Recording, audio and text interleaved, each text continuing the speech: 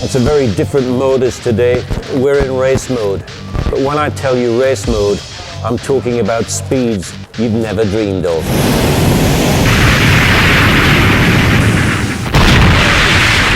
Today we're going to meet Andy Green, and he is the man who's going to drive the remarkable Bloodhound SSC and attempt to smash the world land speed record.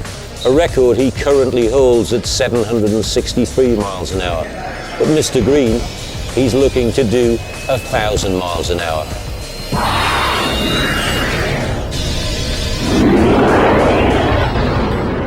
And this rather racy little number is a Radical.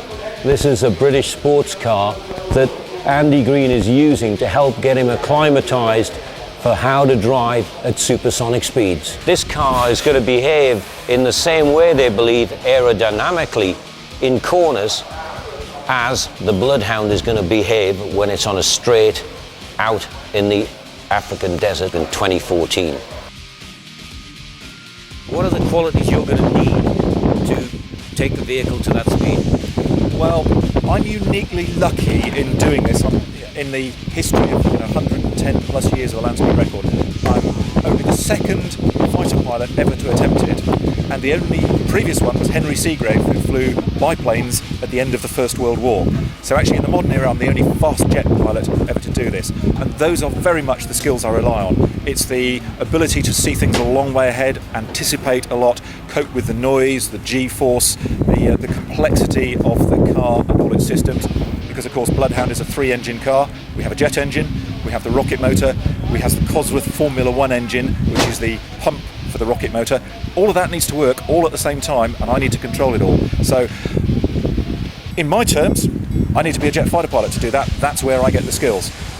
How anybody else could get to be able to control all of that, do it at the speed and do it safely without that background is a huge undertaking. So I'm very lucky to have that head start.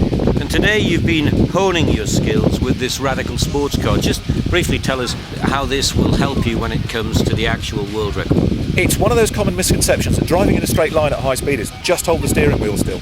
The huge loads on the car in terms of the aerodynamics, the crosswinds, the lack of stability you get from the wheels, the changes in the aerodynamics, push the car all over the place. And just like any high-performance race car, it's continuously sliding and wriggling on the surface. So it needs tiny steering corrections the whole time. One of the things I'm learning with this fantastic track car, the Radical, is actually how to judge where the grip level is, whether the back end's sliding, whether the front end's sliding, do I steer out of it, do I back off on the power a little bit, how to control the car at the limit of its grip. And as soon as we get round the corner and the corner starts to open up, suddenly I've got grip to spare, back onto full power, judging that moment precisely.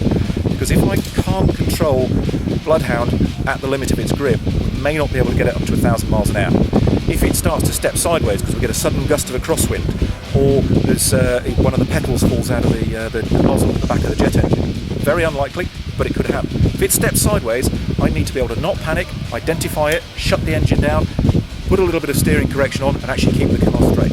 Here is where I practice all of that.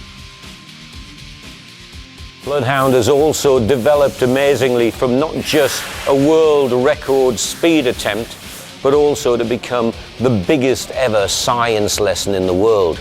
Because now there have been over 2 million children all over the world that have switched on to the Bloodhound project and that are following its process.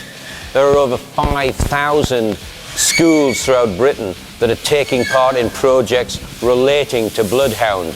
This is the most exciting science lesson your kids are ever going to get.